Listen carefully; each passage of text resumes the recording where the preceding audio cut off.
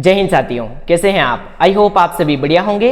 तो आज की इस कक्षा में हम डिस्कस करेंगे कक्षा 10वीं की प्रश्नावली 4.2 की प्रश्न संख्या 4 को।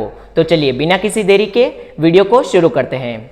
देखिए प्रश्न दे रखा है, दो क्रमागत धनात्मक पूर्णांक ज्ञात कीजिए जिनके वर्गों का योग 365 हो।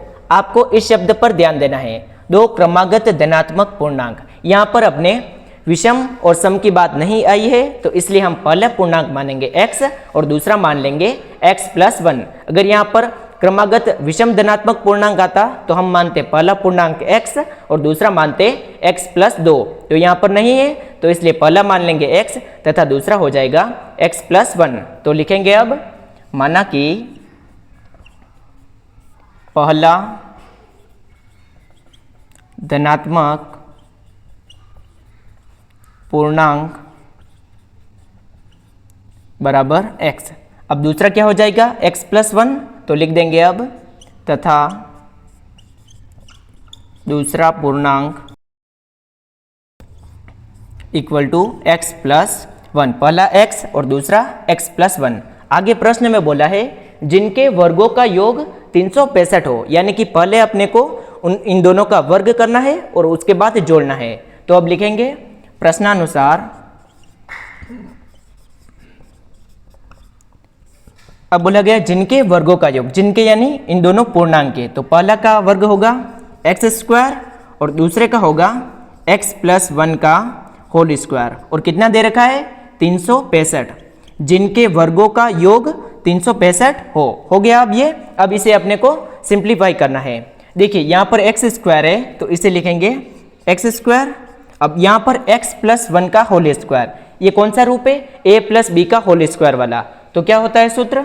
यहाँ पर लिख रहा हूँ मैं, a+b का whole square, a² + b² + 2ab, ये होता है a+b का होल स्क्वायर। यहाँ पर a का मान कितना है x और b का मान है 1, तो इसे खोल देंगे। अब x a का स्क्वायर यानी कि x का स्क्वायर, b का मान 1 है, तो यहाँ पर करेंगे अब 1 का स्क्वायर, फिर आएगा +2, ये सूत्र में है। अब a का मान कितना है x और b का मान 1, इसे ओपन कर दिया और बराबर में कितना है 365। अब इसे सॉल्व कर देंगे।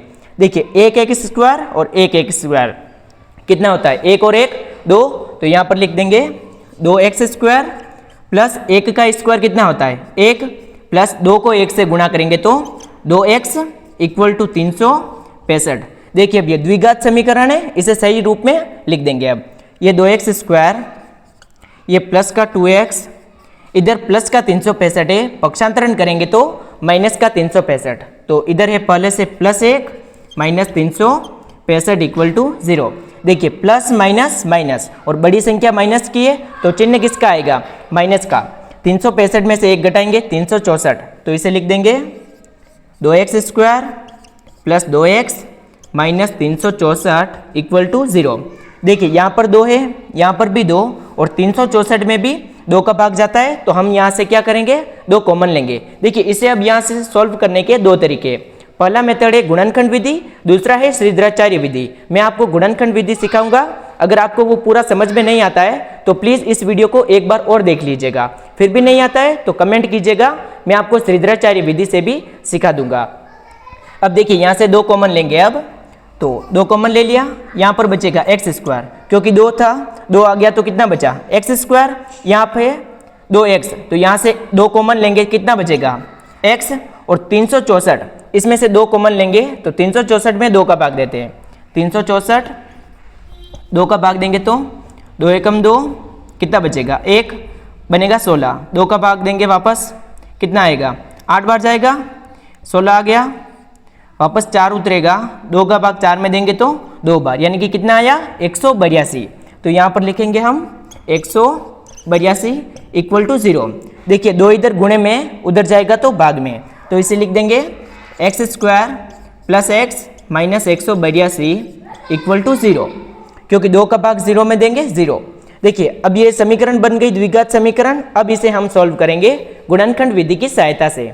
देखिए x² का गुणांक कितना है 1 को अब गुणा करेंगे माइनस के 182 से, 1 को गुणा करेंगे -182 से कितना आएगा माइनस का 182।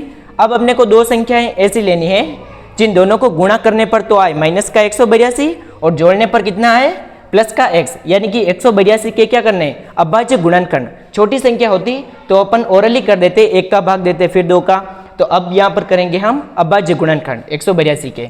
तो लिखेंगे 182, देखिए इकाई का अंक 2 है तो 2 का भाग देंगे, कितना जाएगा 91। अब 2 का भाग नहीं जाएगा, 3 का भी नहीं जाएगा, अब किसका देंगे हम 7 का, कितनी बार जाएगा 13 बार, फिर 13 का देंगे तो 1 बार। तो इसके अभाज्य गुणनखंड आएंगे 2 × 7 × 13। अपने को यहाँ पर कितना चाहिए प्लस का 1, तो 2 को 7 से गुणा करेंगे कितना आएगा 14 और ये 13। देखिए इन दोनों का गैप कितना है, 1 का गैप है और अपने को चाहिए प्लस का x, तो प्लस का तो लेंगे हम 14 और माइनस का लेंगे 13। इन दोनों को गुणा करेंगे तो 182 आएगा और प्लस माइनस माइनस 182। तो इस प्लस x को लिखेंगे प्लस का 14x और माइनस का 13x। तो इसे लिख देंगे अब x² plus 14x minus 13x minus 182 equal to 0। देखिए यहाँ पर x², यहाँ पर x, यहाँ पर x 2 बार है और यहाँ पर 1 बार, तो कॉमन लेंगे 1 बार आएगा। यहाँ पर कोई गुणांक नहीं दे रखा है तो कुछ कॉमन नहीं आएगा, तब यहाँ से बचेगा x और यहाँ से बचेगा प्लस का 14। देखिए यहाँ पर बचा x प्लस 14, तो इस कोष्टक में भी क्या आना चाहिए x प्लस 14, लेकिन यहाँ पर माइनस है तो हम कॉमन लेंगे माइनस, और यहाँ पर 13 दे रखा है और 182 को कैसे लिखते हैं 14 × 13, तो 13 को भी कॉमन लेंगे, तो यहाँ से बचेगा x और यहाँ से बचेगा प्लस का 14। तो ये आ गया x प्लस 14 और ये भी x प्लस 14। तो इसे अब लिख देंगे x प्लस 14। देख दोनों में तो यहाँ पर एक बार कॉमन आएगा और क्या बचा यहाँ से x और यहाँ से माइनस का 13, तो लिखेंगे x माइनस 13 इक्वल टू 0। अब दोनों को 0 के बराबर लिख देंगे, तो इसे लिखेंगे 0 के बराबर x प्लस 14 इक्वल टू 0। तो x बराबर आएगा माइनस का 14 और इसे लिखेंगे x माइनस 13 बराबर 0। तो x बराबर आएगा 13। देखिए अपने को क्या बोला है यहाँ पर क्रमागत धनात्मक पूर्णांक, लेकिन ये तो माइनस है तो ये तो ऋणात्मक है, इसलिए इसको नहीं लेंगे और हम क्या लेंगे x बराबर 13। तो पहला पूर्णांक आएगा 13 और दूसरा कौन सा है x प्लस 1, तो पहला लिख देंगे x बराबर 13 और दूसरा हो जाएगा x प्लस 1 बराबर 13 प्लस 1 यानी कि 14। आई होप आप सभी को ये वीडियो पसंद आया होगा। अगर पसंद आया है तो प्लीज़ शेयर और सब्सक्राइब ज़रूर करें। धन्यवाद।